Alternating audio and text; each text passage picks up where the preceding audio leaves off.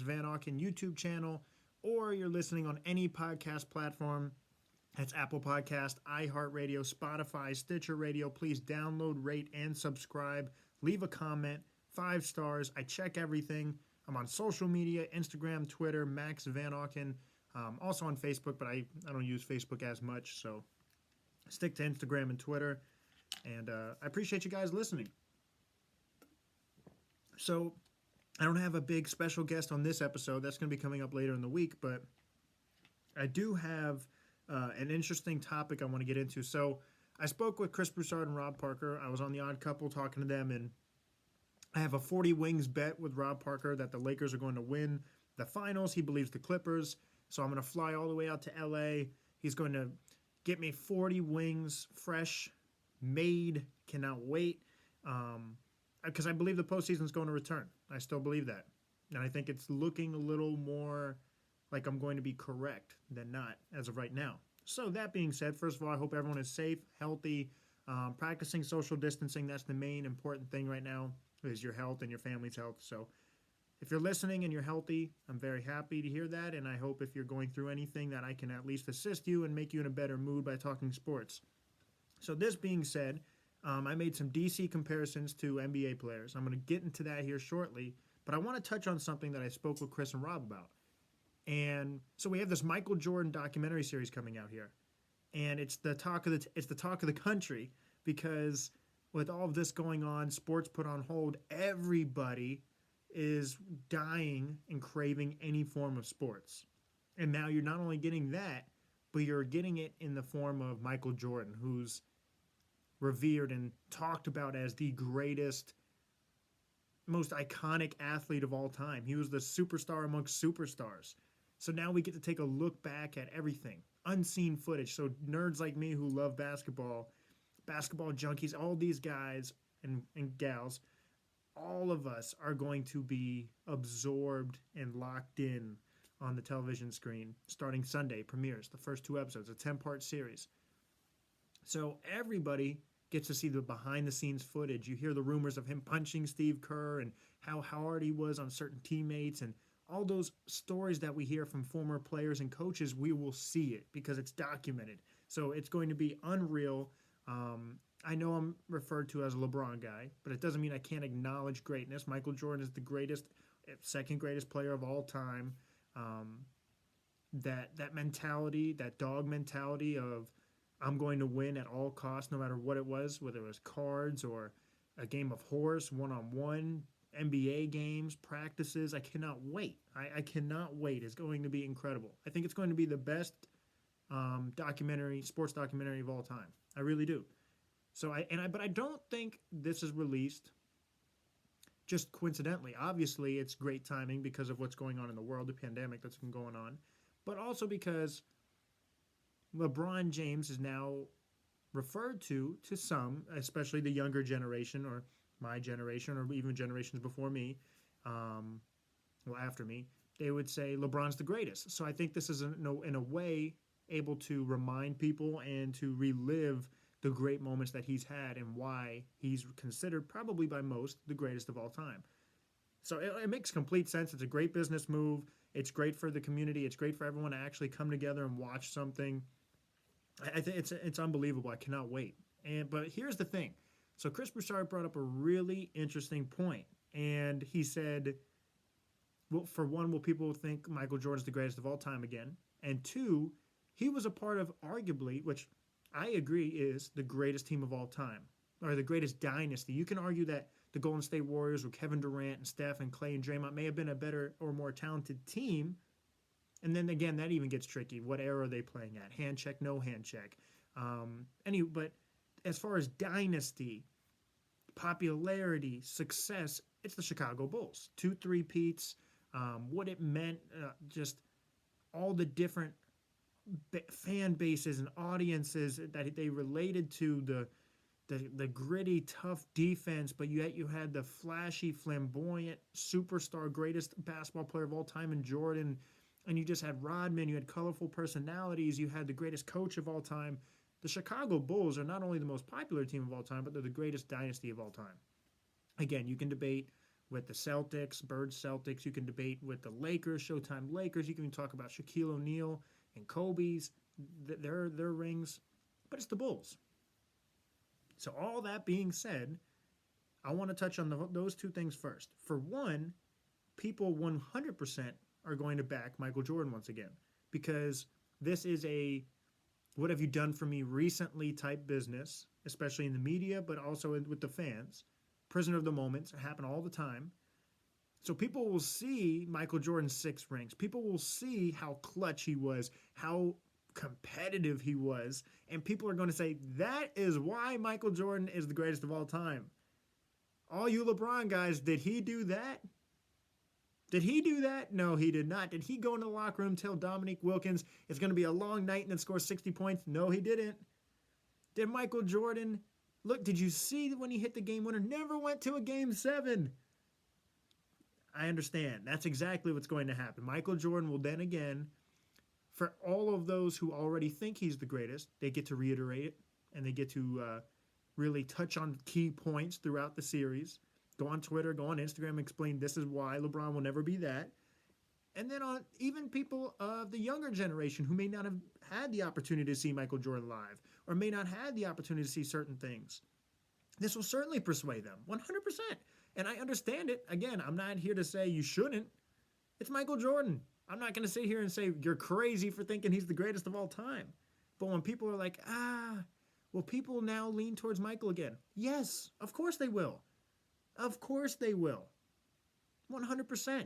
And the same thing goes for, and I said this, if he wins a ring with the Los Angeles Lakers this year, let's say in a perfect world, the postseason comes to fruition, let's say the Lakers win, and LeBron gets 4 rings, 3 rings, 3 championships with 3 different teams, 3 different organizations. His 4th ring, year 17. With the Lakers, the biggest brand in basketball. Of course, people are going to talk about him as the greatest again. So my point is, whatever the latest news and material is, of course it's going to sway the audience, the consumers. Michael Jordan will be the greatest of all time again once this documentary series releases. And then if the postseason happens and it comes around and LeBron wins a ring, then LeBron James will be referred to as the greatest of all time. That's just how it works. So to answer the first part of that question, which was a great question by Chris, 1,000%. This is going to, again, give the MJ lovers more material to talk about on why he's the greatest. And for people who don't know so much about MJ, this gives them the opportunity to see it. And then they will be convinced. Again, not wrong. I'm just saying that's what's going to happen. But here is the part where I disagreed with Rob and Chris. He said Michael Jordan is a part and led the greatest team of all time. LeBron's never had an iconic team. He's never had an all-time great team. So that leans towards why Michael Jordan's the greatest. And this was my rebuttal. In fact, that's why I lean towards LeBron. Because he's never had an all-time great team.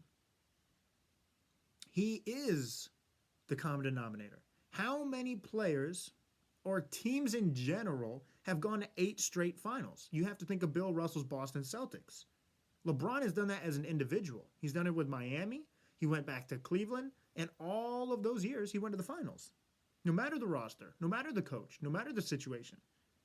As of late, until the injury with LA, he was in the finals every single year.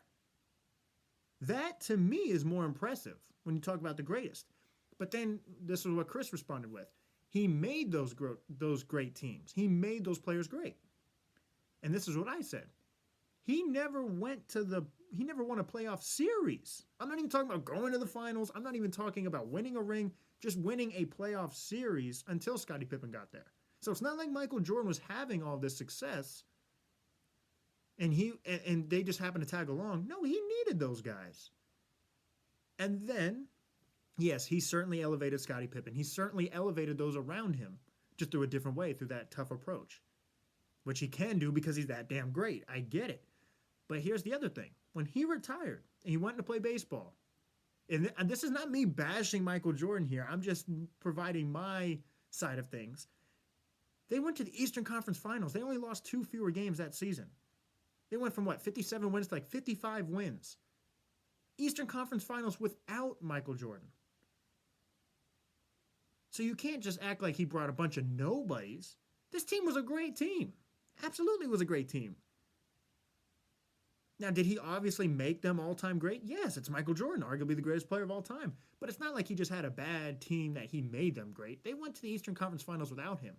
LeBron James, leaving Cleveland, they became the worst organization of all time. Leaving Miami, they didn't make the playoffs the following year. Leaving Cleveland again, look where they are now. So LeBron not having that all-time great team, I think, is actually a credit to his greatness. And I know this is going to rub people the wrong way. I get it. And can he consume a franchise? Can he trade players? Can he be a little overwhelming? Yes, yes, and yes.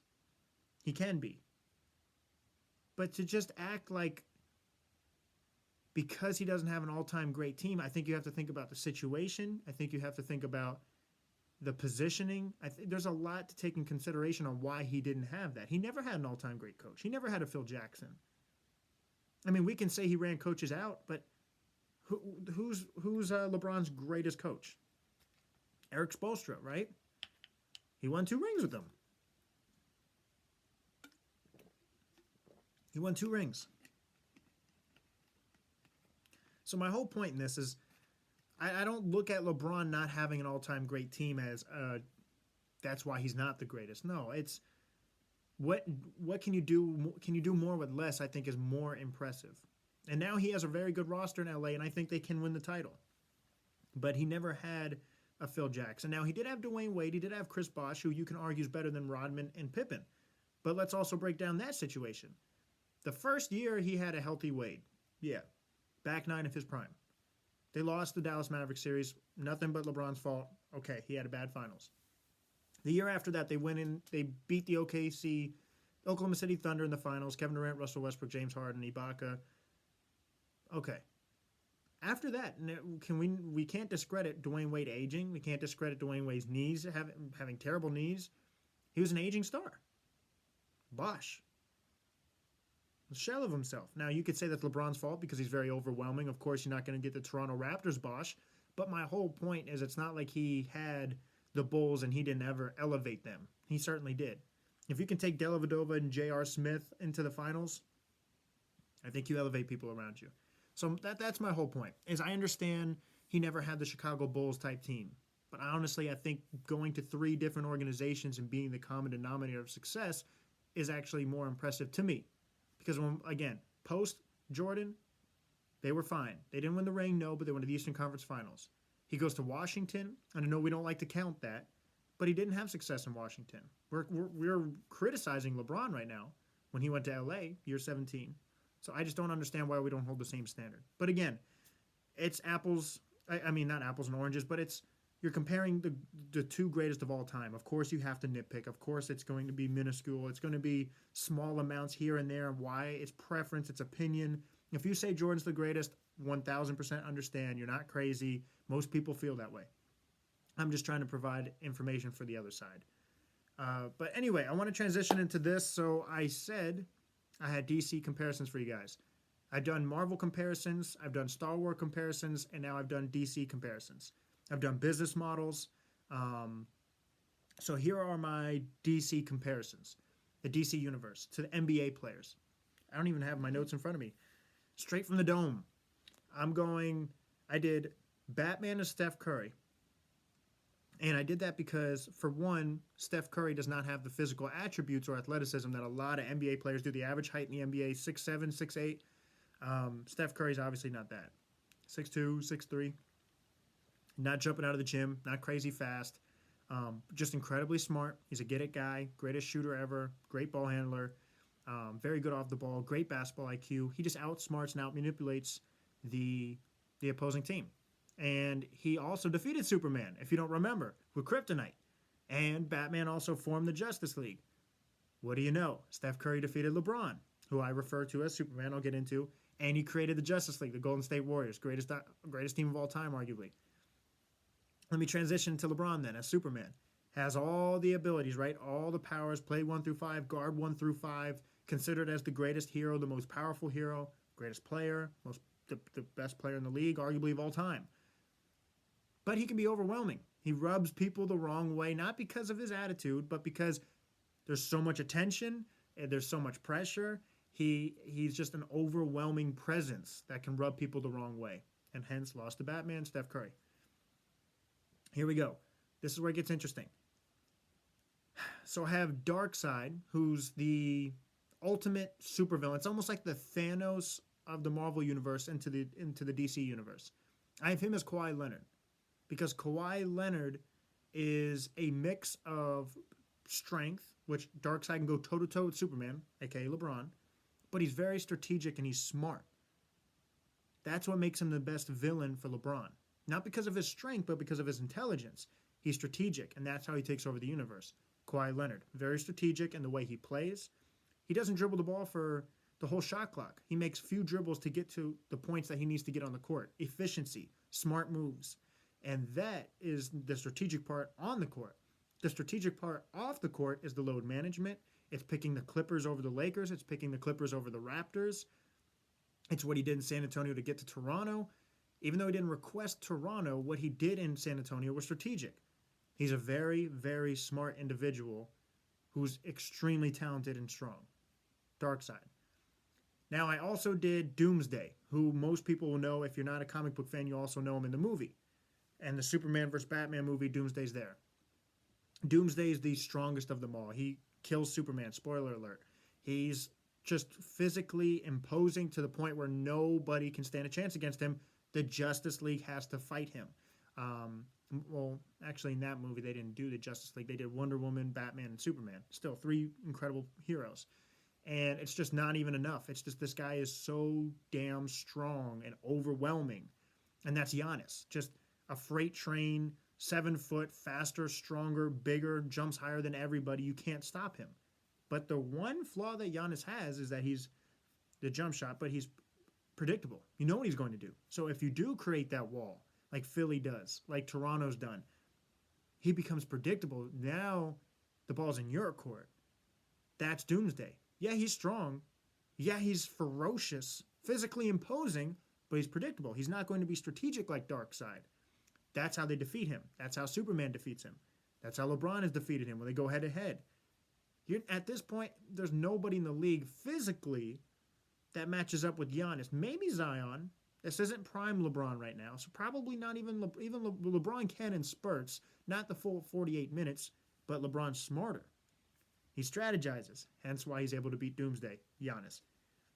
Lastly, I did The Flash. Fan favorite, lots of fun, all gas, no brakes, breaking records, racing around the world, and that's Russell Westbrook. Russell Westbrook breaking records, averaging a triple-double, 2 seasons in a row, 3 seasons in a row, just all gas, no brakes. That's why people love him. The energy, the output, that's Russell Westbrook. That's Flash. But here's the issue. Flash doesn't know how to turn that off sometimes. He doesn't. Sometimes he lacks a little self-awareness, depending on what series you're watching, what comic book. That's Russell Westbrook.